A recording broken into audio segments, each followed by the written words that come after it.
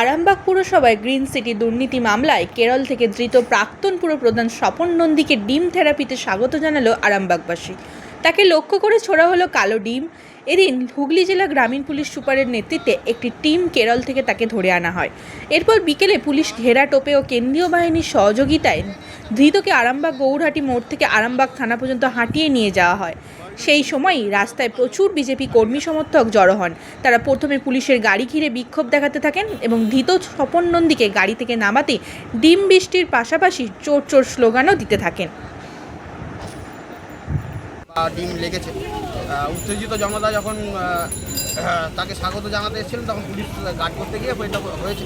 এর জন্য আমি ক্ষমাপ্রার্থী সবার তরফ থেকে, আরামবাগবাসীর তরফ থেকে আমি ক্ষমাপ্রার্থী। আপনার নাম? কোথায় দুর্নীতির অভিযোগ রয়েছে তার মধ্যে? আপনারা জানেন, এইগুলো বিষয়গুলো সব জানেন আপনারা। এখানে গ্রিন সিটি সব থেকে বড় জায়গা হচ্ছে গ্রিন সিটি, যেটা স্কুলের কাজ। শিক্ষাক্ষেত্রে বড় দুর্নীতি, চাকরি ক্ষেত্রে দুর্নীতি। কোন ক্ষেত্রে দুর্নীতি নেই?